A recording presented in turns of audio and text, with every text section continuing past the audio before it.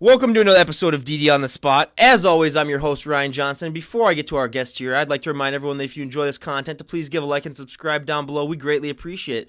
We have Carrie Canazzi here on the show. She's an NPC figure competitor, a published fitness model, an official American Curves girl, but most importantly, she's our current guest. Carrie, thank you so much for coming on.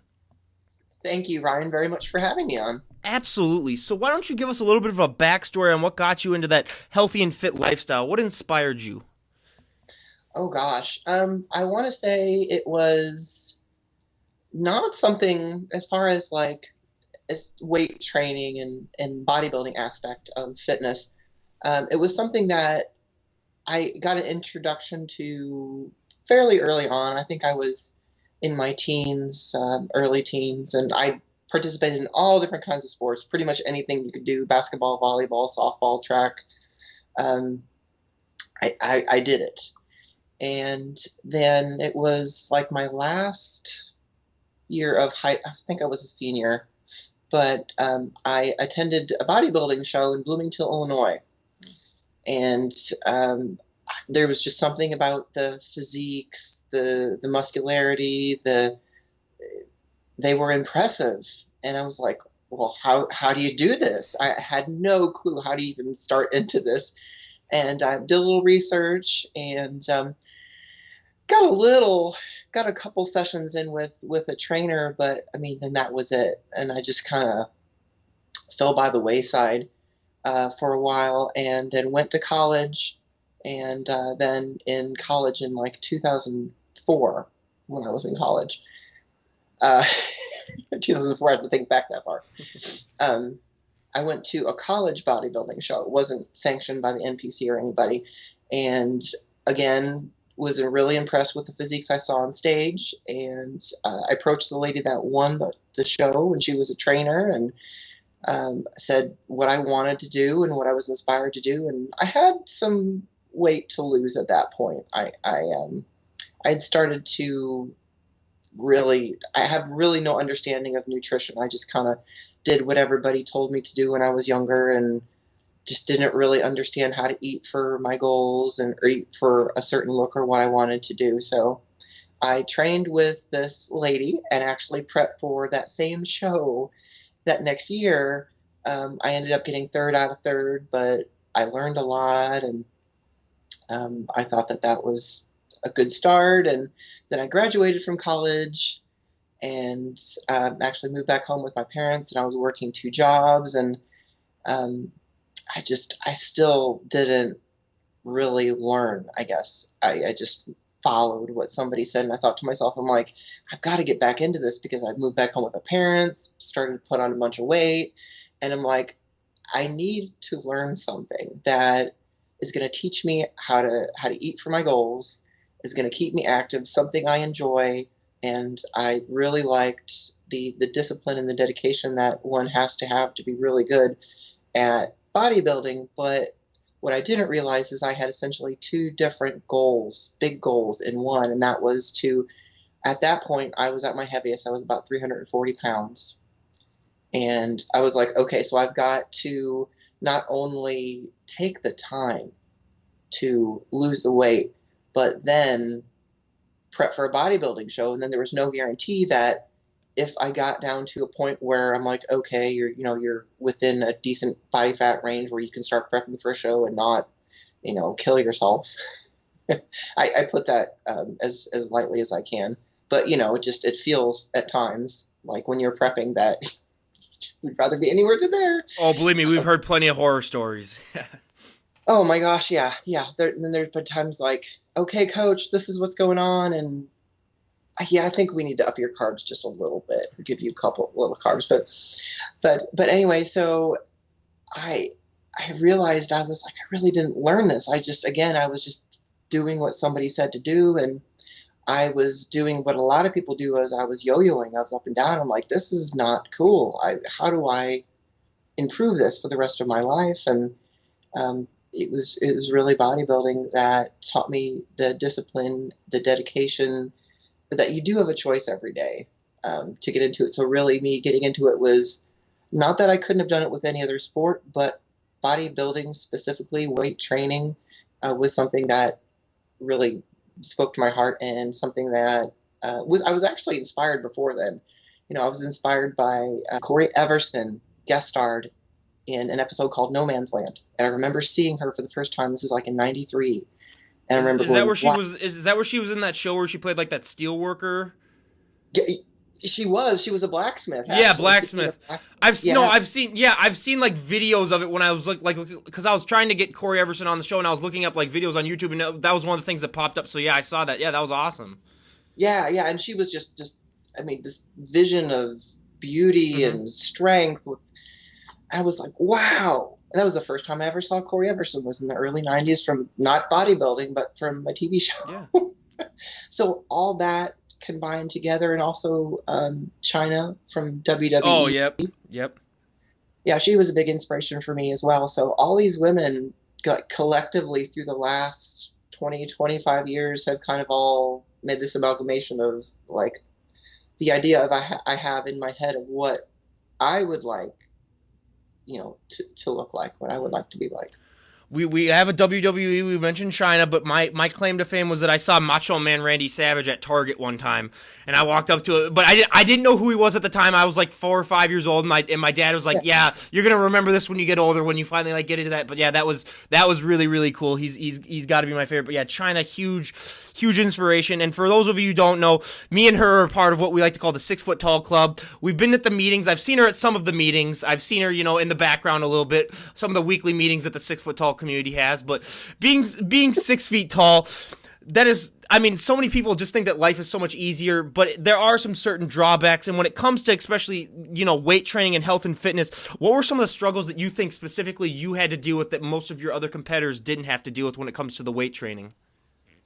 That is a good question. Some people say, no, to me, they're like, is it harder to build muscle when you're taller?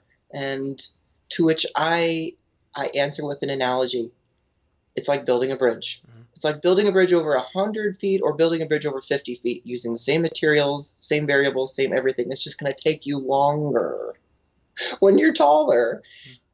Some of the machines I can tell were not built for somebody over 6 foot tall, especially like the end of a rep when I want to get like a stretch in or pull downs. Mm-hmm. There's Yes. some machines that are tall enough, but pull down, some of them is like, I need about like this much more for pull downs to get that nice little stretch like I like to get. So I've had to modify a couple things. It does. It can be challenging, but there are ways, as I'm sure that you figured out as well, to modify things. It just is, sometimes it takes a little longer. Or the luckiest is like some of the people, especially when they have like the squat racks, where if they're short enough, they just do like usually like pull-ups off of that bar that they can do. And I'm just like, you guys are so lucky that you can do stuff like that. It's like me, I gotta find like a super tall ledge or something like that. So yeah, it's one of those things where, yeah, tall people, there are benefits to it, but there are definitely certain drawbacks. And I always sort of like to make the analogy where if you were to walk into a weight room with 100 people,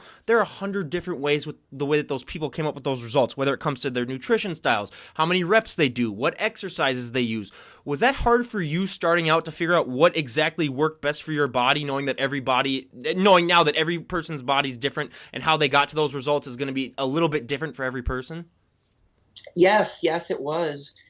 At first, you find, I want to say, a standard weight training program, but you get with somebody, and it's so important to document results. Otherwise, you don't know what works. You don't know what split you're doing, how many days a week that, okay, when I trained it twice a week, my legs really grew, or when I trained my back once a week, I made the best gains with my back, or rep ranges. Or now there are certain schools of thought that, your larger rep ranges, are more so for your leaning out or your detail.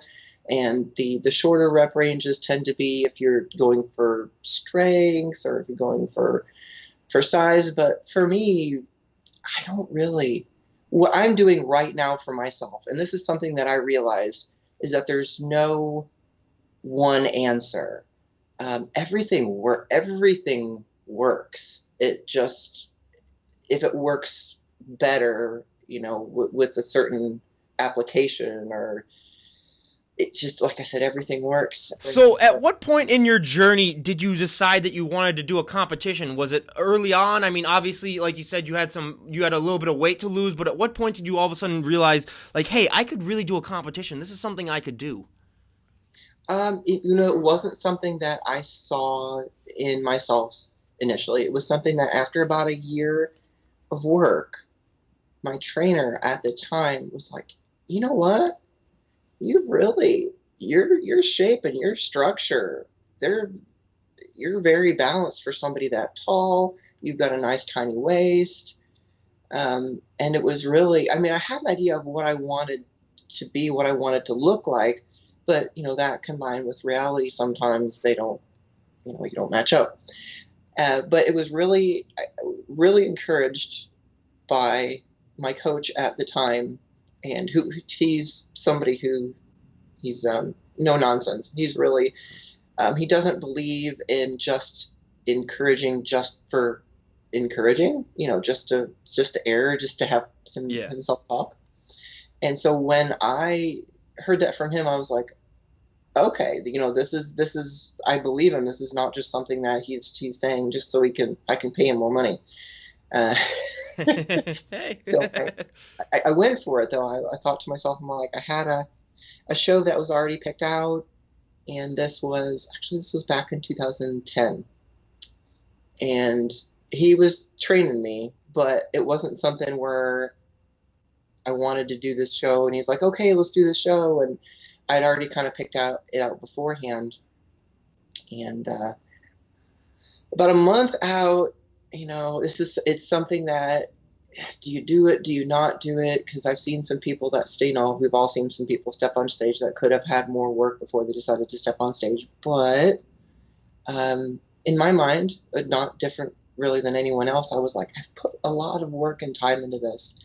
I've lost a lot of weight. I've changed myself to the point where some people don't recognize me anymore in a good way. Yeah. So I decided to do it anyway. And looking back, I'm like, if I was that girl, 10 years ago, I would have been like, honey, please, I know you've done a lot of work, but please hold off, wait maybe another year to start competing, because I had come from a spot where I was 340 pounds at my heaviest. I'd really, I'd done a number to myself, and I knew that it wasn't going to happen overnight. So, I took that first show as a learning experience, and brought it back then the next year, and did better, and kept going, and kept focused, and had a good off-season plan or improvement season plan, and just keep on keeping on. We love to hear first prep stories, because diet and nutrition, even when you are starting to get healthy, it can be bad enough in and of itself, or can be a challenge enough in and of itself. But prep is just a whole nother monster. That's really, really taking it up a notch. That's really getting super, super clean when it comes to your eating. What was that first experience like for you on prep?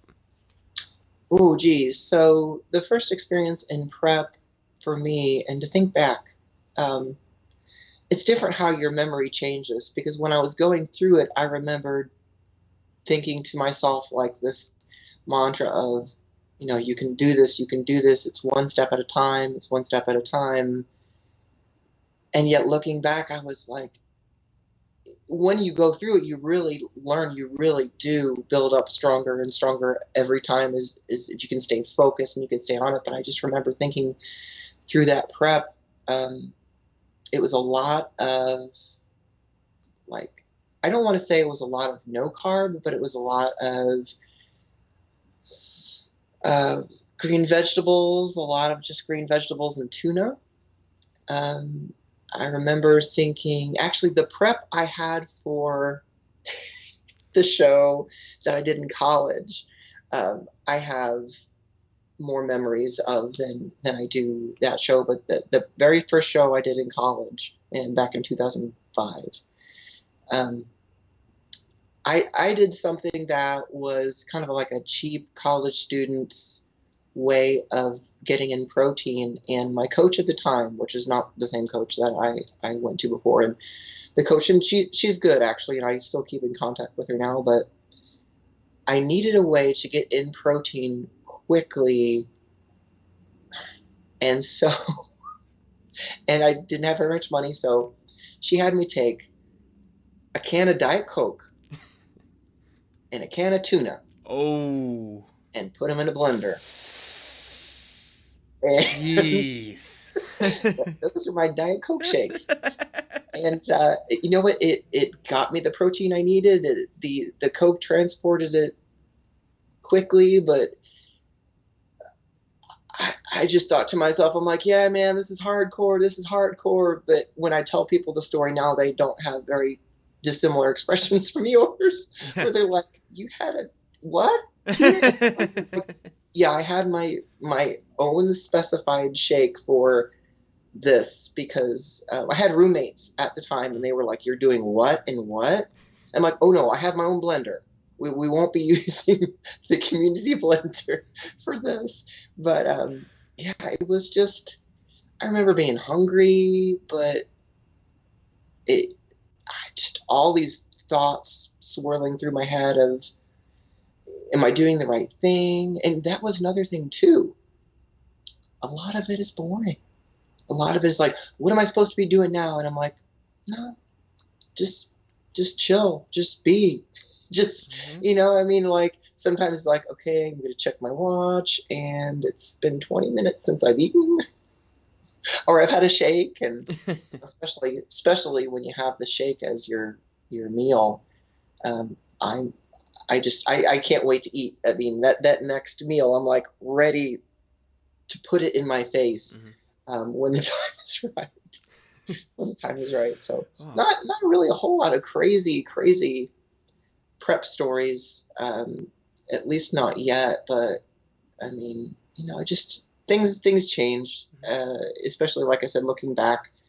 I feel like again that first prep where you get through it and you do everything that's asked of you and you really make improvements.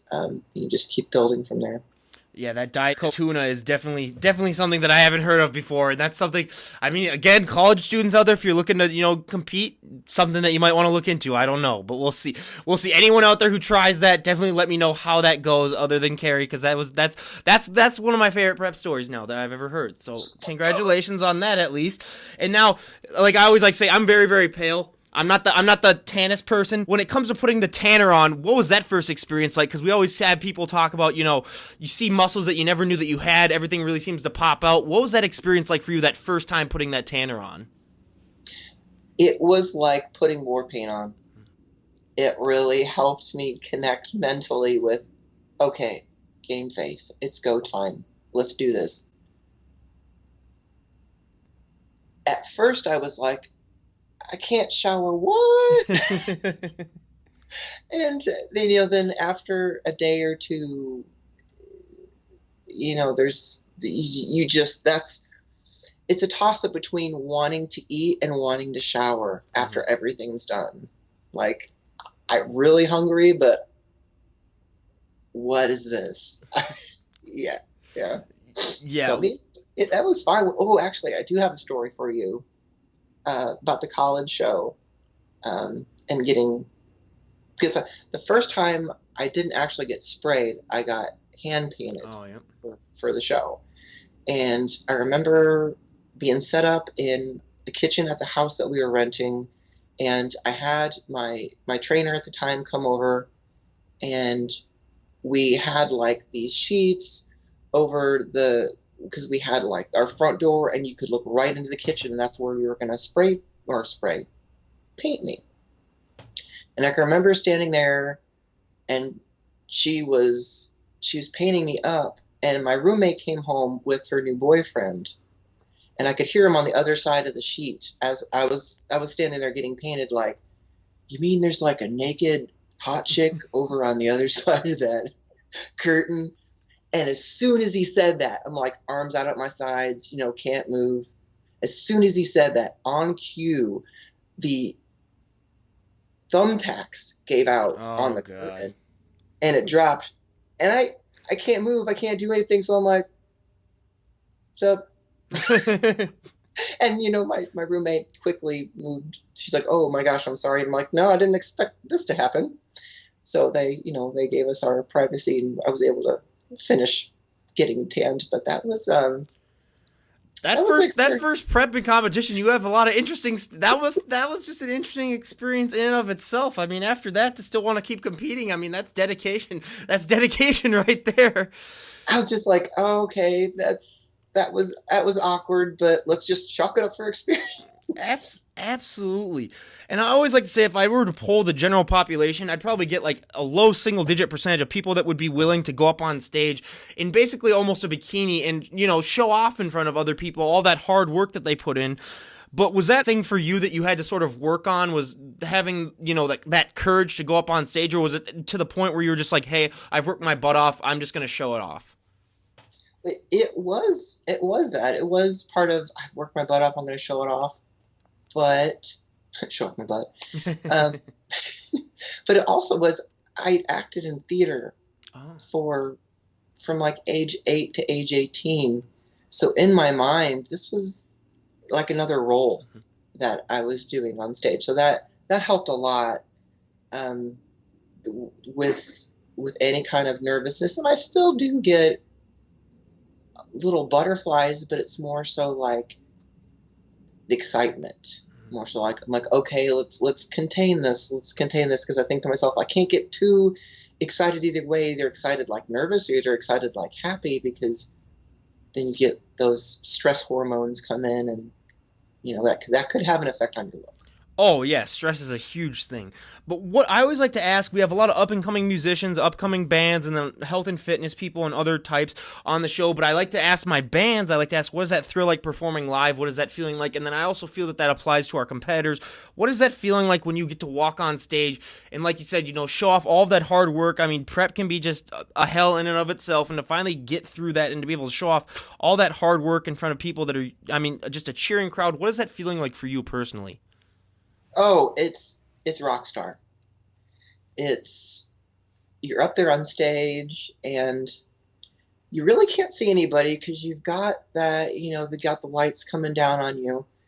But it's I don't know, it's almost like I guess I could sum it up with a words that a friend of mine had said, and he's like, honey, you just go up there and you stand up there and you have your hands on your hips, or you just show them, yeah, this is me. This is what I've got. I worked hard for this. Hello, how you doing? How you doing? Maybe not point, but just go up there with a confidence, and it's like I said, it's like rock star. There's no real. I guess it's like rock star. I've never been a rock star, but it's just that feeling of all eyes are on you, which I can understand can be very intimidating for some people. But when you stand up there and you're just like, you have minutes, if that, to present something that you've worked months, if not years on. And so that's your time right there. All the hard work's been done.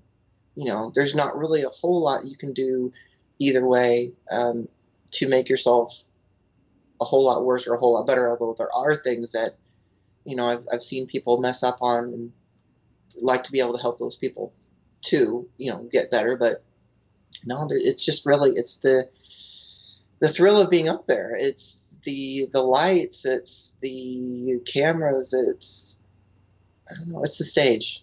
It's showing off. Oh, well, absolutely, and deservedly so. But what is your go-to post-show meal? My go-to post-show meal. Oh my goodness. You know what's changed? It used to be I have to have pizza, and now it's sometimes they have things backstage. So if there's like a cookie backstage, that is usually the first thing I'll grab. Um, Last couple shows, the morning after, if I've done any shoots, I'll go to either Waffle House or Denny's. Ooh, yes. Those two. One of those two. If those are available, I'll always pick one of those. So not really anything particular. Like I said, it's changed over the last couple years. So just kind of something, whatever strikes me at that particular moment. Yeah, if I ever did a show, I definitely go to like a Waffle House or an IHOP or any of those and just download pancake. It just basically just clear out the entire back of the restaurant.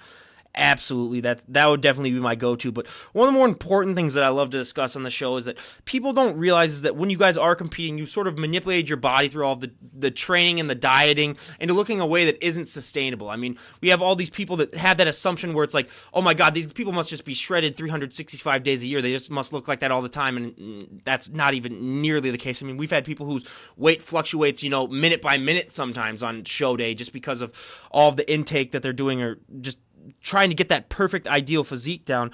But was that a hard adjustment for you, or how do you adjust for it mentally, knowing that I am not going to be able to keep this weight for sometimes even longer, for a day or maybe even a week after the show, that all this hard work and time that I put into it, I am going to eventually have to gain weight? Was that a struggle for you to sort of get that mindset where you aren't just, like hating yourself constantly for saying like, oh my God, I'm going to get, bigger and bigger again? And how has that progressed as you've gotten older? Oh, that's a really good question, Ryan. It's a question that a lot of people struggle with, and I see a lot of people just all of a sudden they're not doing a show and they don't post any photos, or they'll post photos until about a week afterwards or a couple days afterwards, and then you don't see them again until they're getting ready. And that is something for me. Having a plan in place before the show is done, or okay, we're going to let you eat whatever you want for 24 hours and then you need to get back on it, or 48 hours and then or for the weekend and then you need to get back on it. Um, it was difficult for me at first. Now, I was very fortunate to have a coach that after the show said, okay, you can eat this, but then, starting Monday, we're going to get back into it. And it was adding the carbs in slowly, because I remember the first couple show seasons I did, like 2011, 2012, um, those were pretty well, I didn't gain a whole lot. But then 2013, 2014, I actually, I had a couple years experience under my belt. But then that was the times that I didn't do as well. I didn't balloon up, but I definitely put more weight on quicker, than I had in the past, and more than I needed to. Definitely more than I needed to, because right now I tend to hover anywhere between the upper 180s to the low 190s, mid 190s, I want to say. Sometimes a little bit more than that, depending on like what time of the month it is, because that has an effect on it Mm-hmm. completely. Um, but for me, it was every year I pick something up, even those years that um, I felt. And that's the thing, though.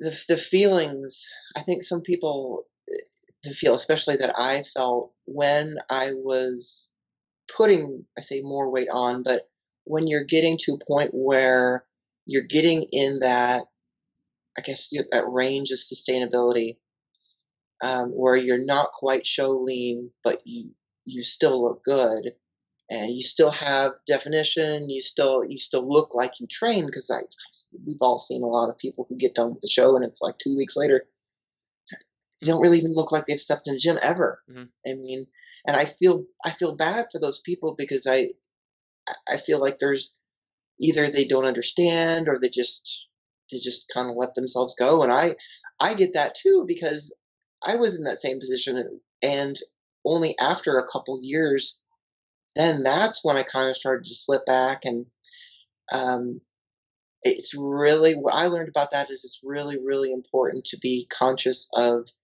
how you're eating, what you're doing after show. Some people call it reverse dieting. You can call it reverse dieting. Um, for me, it was like, I know there's going to be some weight that's going to come on. Just prepare yourself. Expect there to be, I hate to say 5, 7, 10 pounds more, come on, but it will happen. Um, you won't look ripped, but also what I think helps is the activity, sport, however art you want to call it, that you've chosen is about aesthetics. People are going to judge you based on aesthetics. So, and like you said too, there's this almost like odd judgment all the time. If you're not in shape all the time, it's like, oh, she's fat, or oh, she doesn't know what she's doing. Well, no, not necessarily. It's that person may not be getting ready for a show, or yeah, there are people that they may be a little bit bigger than what that person who's looking at the picture right there may see. But yeah, a lot of those people, you look at them and you're just like, oh well, no, they're really not looking that good. We are in a sport, we are in an activity in which you do get judged about how you look. So again, going back to I can understand being judged for the way you look all the time, but then there's the people that don't. There's the people that normally. I think if you realize or you recognize and you have this thought of, I'm doing something that most people, a lot of people can't even do, don't want to do, aren't interested in doing.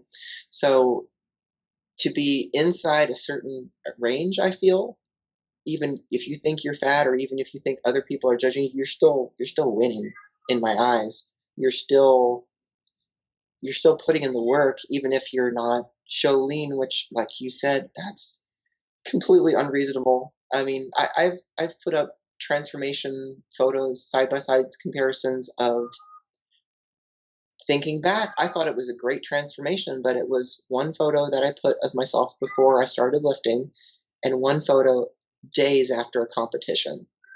And I got, as you can imagine, just this range of comments. A lot of them were positive. A lot of them weren't so positive. A Yeah. lot of them, that's not the same person. Your typical looks like a man. She went too far. And I thought to myself, I'm like, no, it's just, there's this gigantic, like, this is before I was training, and this is right after a show. And so I started putting up, I guess I'm moving on a tangent here. I put up more photos of before I started training, and then like off season, or what I look like wearing normal clothes and not a bikini, next to what I looked like when I was overweight and just did not like myself and just wearing normal clothes. And I'm like, I think there's a 10-year picture I put up. And not that it took me 10 years, but I'm like, I've been able to maintain, what I feel is a good, a good physical form, a good shape. I wouldn't say good weight range, but when I look at the mirror, I like the way I look. And that was a hard thing for me too, is not to attribute a certain look with a certain weight, because I thought to myself, I'm like, oh, if I get down to 175 pounds, I'll love the way that I look. But I've liked the way that I've looked, and I've not liked the way that I've looked at the same exact weight. So one of the big things that when I started, I mean, my personal story, I started to work out a lot in college. And one of the things that I realized was when I got bigger and stronger, probably the one negative thing for me is you're going to get asked to move a lot of people's furniture. You're going to get asked to open a lot of pickle jars. You're going to get asked to do a lot of things where it's, hey, Ryan, I'm moving. Can you help me move? I need you to help come and lift my chair for me. I mean, my summer is still jam-packed with, I'm still at that age where everyone's still moving out of their homes because I just graduated college 6 months ago, where everyone's still, hey, I'm moving out to this apartment. You got to come and help me. Have you gone through similar circumstances like that where people just look at you? And I mean, obviously being 6 foot tall doesn't really help too much at all, but looking the way that you look, that people just assume that you can do stuff for them then? Oh, exactly, exactly. I kind of like it Mhm. when I'm in a grocery store, especially, and I get asked at least, not a whole lot, but at least once a week when I'm in a grocery store and down an aisle, and there's somebody is like, can you put me up there? And I'm like, sure, sure, why Yeah. not? Moving all the time. Probably the number one question I get asked, which this is always interesting. Tank top, t-shirt, doesn't matter what I'm wearing. Do you play basketball? Oh, yep. I'm like, yeah, and I almost take it as a compliment, because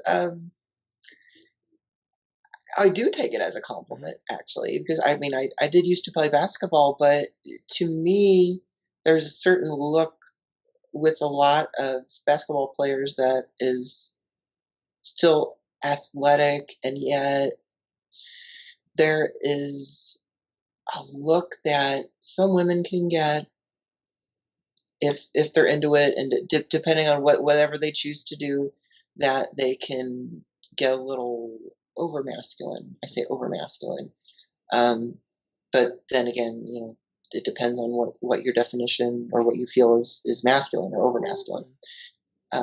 Get a little bit of that as well, but that's part of it. I mean, some people, any kind of definition, any kind of Oh muscular yeah. definition, oh, that's horrible. Oh, she looks like a man, and I'm like, Yeah. compared to what? Exactly. Exactly. It's really about a person's like their Yeah. perception and what they think. Oh, that's a lot of muscle, or oh, that's not enough muscle. But if you're in bodybuilding, if you're in the sport, then what seems like not a lot of muscle to you can just Oh, seem overwhelming. 100%. I mean, it's all about, like I always say, for people who always give people crap about, trying to better themselves or like become a bodybuilder or getting in shape. It's like if someone was an alcoholic, you would never make fun of them if they were trying to get sober. With someone who's trying to better themselves physically, for some reason, especially for women, there's an excuse then that you think society-wise where you can say like, "Oh, she looks like a man," or blah blah blah, and it's like, first of all, no, they don't look like men. It's like, are you kidding me? It's like throw a picture of any woman that competes in bodybuilding and then show them up a picture against like a Ronnie Coleman or whatever. Yeah, they look nothing alike at all. It's just it's one of those big things where I'm like, come on, people. It's these people are trying to better themselves, and it's one of those things that I don't get. But one of the big things that I always love to ask, probably my favorite question I love to ask, and this is for you especially, that this probably is a problem. But like I always say, this is a multi-million-dollar idea for anyone out there who's thinking of some new invention. But when it comes to clothes, for muscular women, your clothing options are very, very limited, especially if you're tall too. I can't imagine what it's like. Like I say, if you have big shoulders, dresses are kind of out of the picture. Jeans are another big thing where we talk about where it's like it's almost impossible. What are some ways that you use to sort of compensate for the fact that your clothing options are limited? Oh, I find alternate options for clothing. Mhm. Like, I'm wearing a pair of jeans right now, not sponsored by this company, but it's Wrangler Ooh, Q Baby, yeah. and they have a little bit of elastic in the Oh, yep. waistband, but a little bit of room in the quads and still long. Hmm. Like I've cuffed my pants, but Yeah. still long in the legs. And if I want to wear jeans, I'll go with some, like that. I honestly, I haven't really talked to a whole lot of other women about this, but I want to say like 75% of my wardrobe are like gym clothes. Yeah. Um, some spandex, and then some very loose fitting Hmm. as well. Because sometimes, no matter whether I'm in shape or if I feel like showing off that day, sometimes I just want to wear a pair of baggy sweatpants and Yeah. a hoodie. And I'm very comfortable. Other days, I want to come in, I'm just like, oh my goodness. It Hmm. just kind of depends on how Yeah. I'm feeling that day, and also the weather. Because if it's cold outside, you're not going to see me walk around in tank top and shorts. Come on. Absolutely. Hey, we got to say we've had plenty of firsts, from the Diet Coke shake that she had in college to wearing jeans. She's the first person on here that's worn jeans while we've done the podcast, proving that you can wear jeans and still be a muscular female, which is really, really great. But now we go to our favorite part of the podcast, my personal favorite, the little questionnaire that we do towards the end, where I'm going to ask Carrie here about a dozen or so questions and see how she stacks up to everyone else on the show that we've had answer. So for our first question, what is your go-to workout song at the moment? Oh my gosh, my go-to workout song at the moment, that's a really good question, because I don't tend to I don't have headphones on. I don't listen to music. It's just kind of whatever music is on in the gym. But I want to say whenever what is this? Um, Sophie Tucker, Best Friends. Ooh. Never heard that. The, I'm the, gonna have to. I'm gonna have to look that up because I've never heard of that before. So it sounds interesting. I'm one of those old school where I kind of have to do like a Metallica or any of those oh, heavy metal just to get pumped up. But I have the problem where sometimes I gotta wait for the beat to drop. Where I do work out at my house a lot because we do have a gym here. But whenever I go to a main gym, I sometimes have to, like, let's say I'm doing lat pull downs. I have to wait for the beat to drop. So sometimes I'll just be standing there for like this for like 20 seconds, and people will be like, "What the hell is this guy doing? Like, what is he?" And then, but I'm just waiting for the beat to drop in my headphones because then you got to get the momentum down and just take the inspiration. So that's one of my struggles that I struggle with. But now, out of all the celebrities on the planet, if you could work out with any celebrity, who would it be? oh my goodness, these are great questions. I never really even thought about that. I would say probably somebody current. Oh, The Rock. Yep.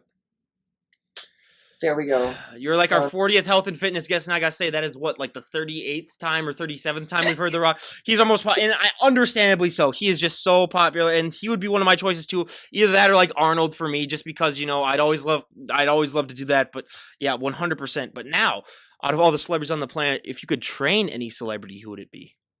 Ooh, if I could train any celebrity,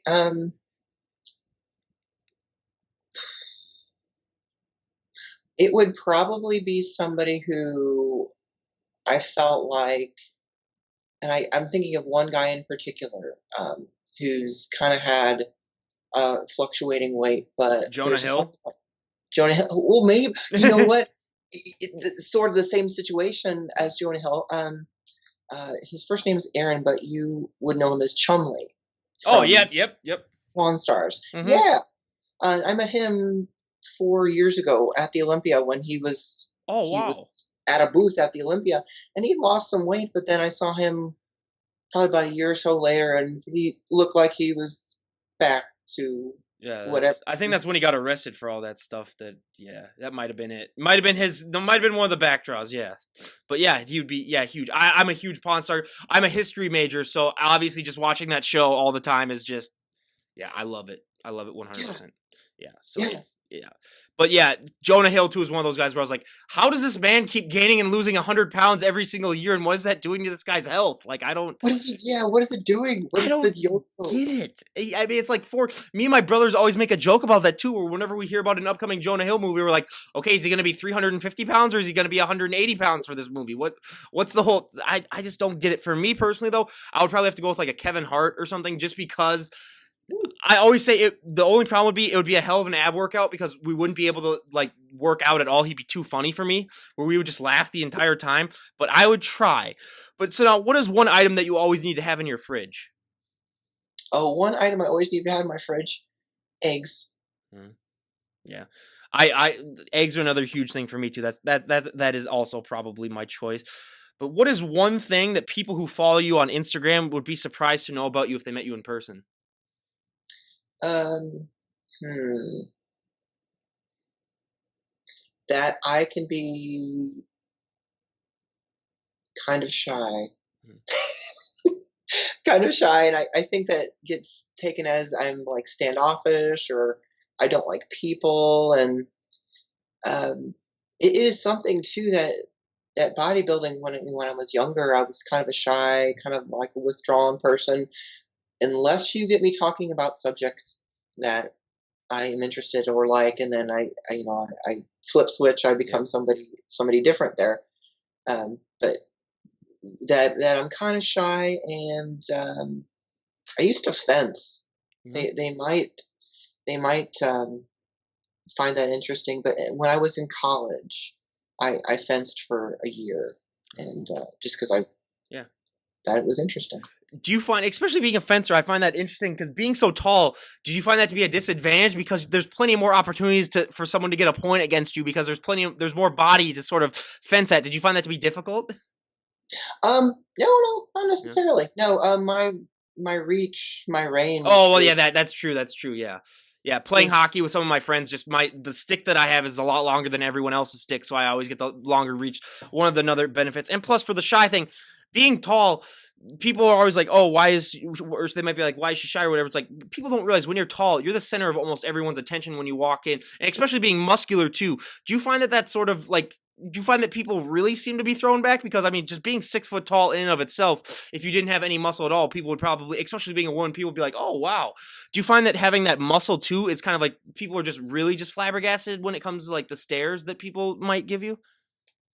I Yes, especially like if I hate to say forget about it. I mean, I don't want any of Yeah. this to sound like I'm full of myself, but Oh yeah. if I forget about it, and then I have a jacket on, and then I go to take my jacket off, and I'm wearing something like a tank Uh top, huh.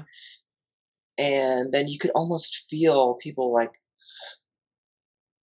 take a breath Yeah. or look in, and I can feel eyes on me, and it's like, hey, it's like looking around. They're just I've had people come up to me in the gym and say, "Your back looks awesome. You look like a Greek goddess. You're a statue." That's the term that I get a lot. You are so statuesque, and that is something that it makes me feel good because I'm like, good. It's whatever I said whatever I'm doing, but what I'm doing is working. What I'm doing is eliciting this look. This is producing, I guess, this look meaning how I would like to present myself rather than look for other people looking at me.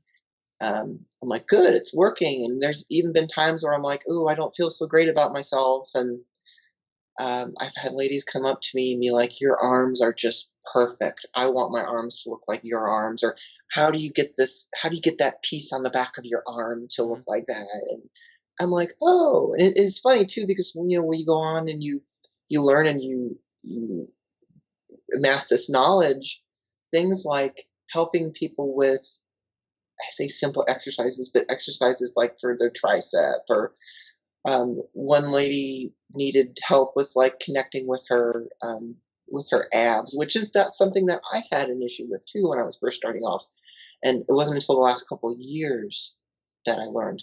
But yeah, I do notice it, but it's something that if I let it kind of overwhelm me at times, depending on where I am, um, it can be a little intimidating. Like, ooh, I need some time to myself, Mhm.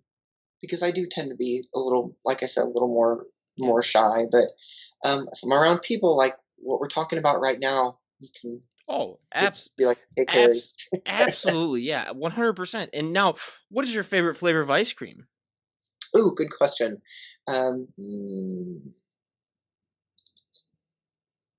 Probably probably Ben and Jerry's. I like the late night. Is it Ooh. the late nights? The Tonight Dough Oh, with tonight uh, though. Yeah. yes, and there's Cherry Garcia, and talking about ice cream is getting me hungry now. Pretty much anything with like chocolate and caramel or pieces of things like cookie dough stuck into them, or there's even one I think that had little bits of chocolate covered chips. Oh yeah. So I had a chocolate chip cookie dough blizzard last night, and that's my favorite. But I limit myself to once a month. So even now during my workout today, after we're done filming this podcast, my body's gonna make me regret it because I hate it whenever I have to work out after that because that thing just fills me up so much. So what is one thing that you would die to have if it went up for auction? oh goodness, what I would die to have going up for auction. Gosh, then we're talking about like any like anything, Oh yeah, any. like anything, like an item or whatever. And this is like the scenario of like you have like all the money in the world and you could get it, but like you would like especially like to have it. Like if anything in the world was up for auction. Anything in the world's up for auction. Oh my goodness. That's a really good question. I do have to say though, no people because we had someone say Channing Tatum was their answer, and I said, okay, that's a completely different topic that we're not going to get into. The slave labor. Yeah. Um, Gosh, probably. I mean, if I could have anything, if anything was up for auction, um, there's not anything in particular that I can think of that I would. Oh my gosh, I have to have this or I have to have that. Um, I just that's a really good question, and yet there's nothing I can think of that right off the bat, I have to have this or I have to have that. I'll give my answer. Declaration of Independence. Really, Mm-hmm. that that's a nice conversation piece. Yeah. Would you? That would be a very nice conversation piece to be like, oh, where'd you get that? Oh, yeah, it's just the Declaration of Independence. No big deal. Yeah, it's just Yeah, yeah, pretty significant document, no big deal. Yeah, it's something like that. Just the history person in me would be just crazy for that. And then now our last you can still be thinking of an answer, and then at the end, if you have an answer, we can all re-ask it. But if you could have dinner with any historical figure, who would it be? that's a good question. If I could have dinner with any historical figure, historical figure, let's pick, and it's probably one of the presidents. Yeah. I'd want to ask them one of the early presidents, Washington or maybe even Lincoln. Yeah. And just to be able to talk to them about their time and their experience through their eyes, not written by anyone else about. I believe there are certain things that all leaders experience that I feel like questions in a conversation in person would do it probably the most justice, and to get the most human responses to be able to have that conversation.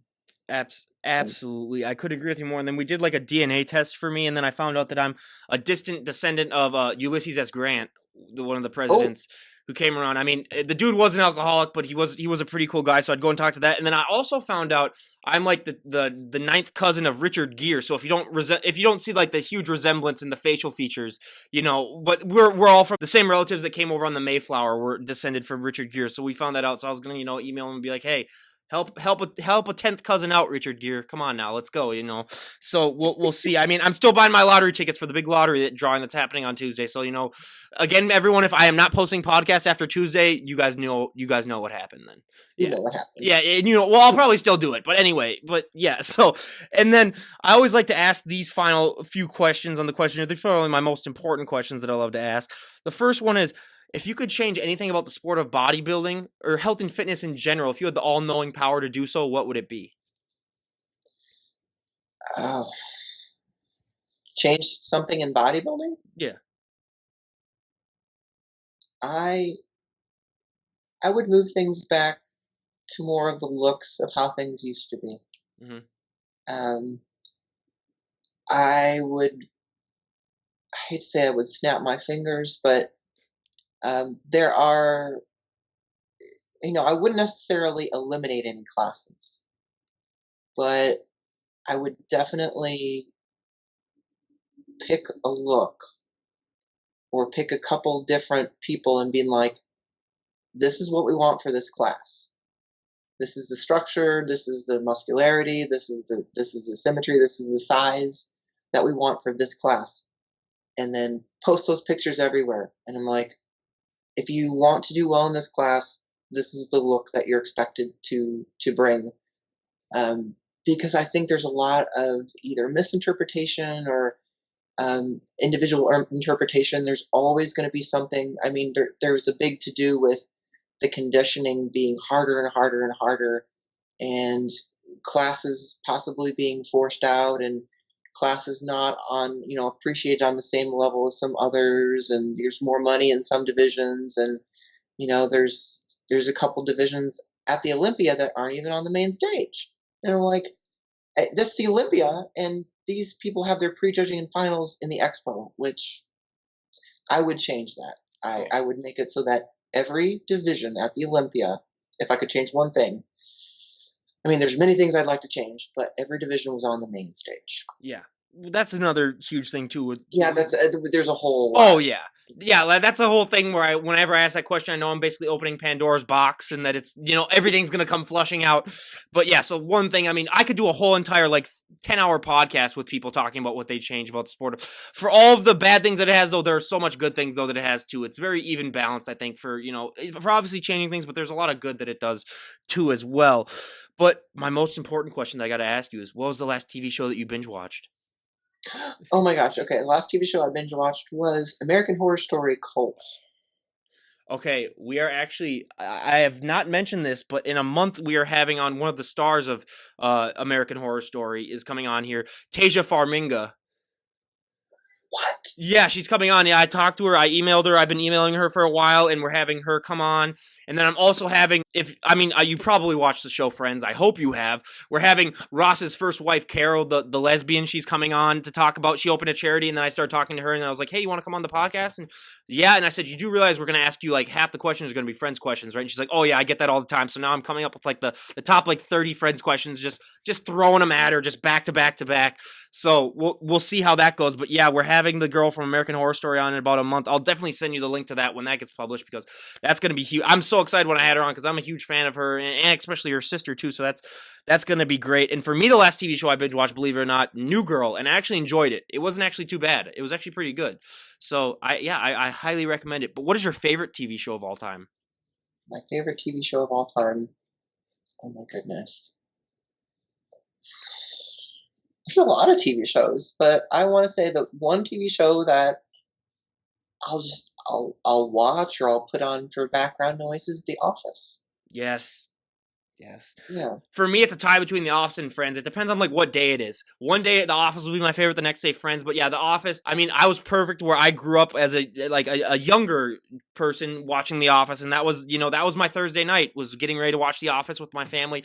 Usually watching like a Parks or Rec or a 30 Rock before that. But yeah, The Office, hands down, that's definitely in my top two. And now, what is a guilty pleasure movie that you enjoy? Oh my gosh, I immediately thought of a movie and Twilight. Okay, everyone. I mean, we're gonna wrap this up. No, I'm just kidding. I'm just kidding. But We're gonna wrap this yeah, up. I was like, we're done here. We're done here. Just no. But yeah, Twilight. Yeah, I mean, I'm not gonna lie. I was at the edge. I actually did watch the first one, and it's. I can definitely see why that would apply to women. But yeah, being a guy and watching Twilight, I was just like, okay, I all right, do I do have to say I'm not completely like into it. I'm yeah. not fangirl about it, but there's something about it when I watched it, I was like, huh, that's interesting. That's well, anyway. The guy's a vampire and he wants to eat you, Bella. It's like, why are you still trying? I don't get that. It's Twilight. It was a whole big phenomenon for me. My ultimate guilty pleasure movie. It's my ultimate date night movie, Princess Bride. Watch that. Oh, I love that movie so much. I can quote basically the entire thing. That is one thing where I'll never admit it to any of my guy friends in public that I love Princess Bride, but that is my one thing. If that's one of those movies where if it's ever on TV, I immediately drop whatever I'm doing. I could have been working on my term paper and I drop what I'm doing and just watch the rest of it while it's on and then just finish it later. But yeah, that is my go-to by far guilty pleasure movie. And now, I'd like to ask these two final questions here on the podcast before we wrap things up. If someone were to walk up to you on the street and say, like, "Oh my God, obviously you look amazing. I want to sort of start to adapt a more healthy and fit lifestyle. I want to get into a more healthy nutrition." What would be the best piece of advice that you would give that person in order for them to be successful? I would say, well, I would say first of all, come and talk to me Yeah. more about your goals. But I just picking one exercise plan, listening to one or maybe two people, but getting a solid exercise plan and not just we're going to go to the gym and do this, but okay, this is the week, this is how we're going to train. So get yourself an exercise plan, a nutrition or meal schedule, and stick to it and have one person, at least one person, or possibly two for accountability. And let those people know that you're talking to them as well, so you don't get conflicting information. Because I think to me, I did experience that early on, but thankfully I was with some people that gave me the same information that I'm saying now. Is I see a lot of people mess up to where it could be good information, but they're getting so much different information and conflicting information from so many different sources, and they end up in this loop of getting in shape or not knowing what to do, and then things conflict. But I would say get with somebody, or even get a training program, get a nutrition program, and stick to that. document your results, take progress photos at least once a month, if not every 2 weeks. And I would say if you're concerned about the weight on the scale, don't worry about the weight in the scale, because like it's about what you look like and what you feel like. And like I said before, I've been at the same weight and I've liked how I've looked, but because my body composition was changed and I hated how I looked at the same weight, at the same weight. Granted, there was years apart, but Yeah. yeah. It's all about that mental aspect too. I mean, some people get into the sport thinking that, if I just get huge or if I just get really muscular, I'm going to be happier. Where they don't realize it's all about the mental game. It's all about just accepting and loving yourself, because there's so many times where we've had some people on here talk about, like, I thought if I put on, that 15, 20 pounds of muscle, it would solve everything. But then when I put on that 15, 20 pounds of muscle, I didn't feel better. I just felt the same way. So it's all about just having that healthy mind too, because no matter how you look, you could be the most insanely ripped person on the planet. You could be the most muscular person. If you don't have that healthy mindset, then it really doesn't matter. It's just all about accepting your flaws and just saying, this is who I am. We all have a limited time on this planet. It's all about just accepting that and just saying, you know what, just enjoy it. Because if you're too busy just being focused on other things, you're not going to be able to enjoy the good things that life has to offer, which is, it's just something that I really completely believe in. And for our final question, if you could go back in time and talk to the 18-year-old version of yourself, what would be the best piece of advice you would give her? Oh my goodness. Let's see. I was trying to think where I was at 18. Yeah, 18. I would say when you pick something to do and you're working on your goals, don't be disheartened if you think that, oh, something should happen in this amount of time and it's not happening. If you stick with it, if you assess where you are at that moment as time goes on, and you keep moving forward, no matter how small it may seem, you can do it. And I mean, I did it, but man, at the time, or especially when I was 18 and I had a project or a goal or something I was working on, and um, back then I had a lot less patience, I want to say, than I do now. But now is like, it really is about the time that you put in. I would say just be patient, keep working. And to say these things coming out of my mouth, I can see why some people are just like, oh, she's just being very glib. She's just kind of throwing some information out there. But there's a reason why they're cliche. Mm-hmm. They are true. Yeah. I couldn't agree more, 110%. And again, you guys, go and give Carrie a follow on her Instagram. I'll leave all those links down below. Is there any other ways that people could contact you if they wanted, training or nutrition advice other than your Instagram? I am on Facebook as well. I do have a couple different accounts, but I've got two that are my main ones. I've got a Carrie Rap, like a fan page, Mm-hmm. and then I've also got Carrie Rap. Rap is my maiden name, but I still have it under my maiden name because a lot of people know me as Carrie Rap. So I would say Instagram, or you can find me on Facebook as well. Absolutely. And again, I'll leave all those links down below for everyone out there. I highly recommend you go and talk to her. And again, if you are a 6 foot tall woman, especially, she's probably your go-to expert to go and talk to about that, because there are, like we mentioned before, plenty of different struggles that you're going to have to deal with. But again, you guys, we cannot thank Carrie enough for coming on the show. Is there anyone that you'd like to give a shout out to before we wrap things up? I would like to actually a shout out to my husband and coach, who has been there with me, not since day one, but early on. And he was the one that, before we were even dating or together, he's got the experience.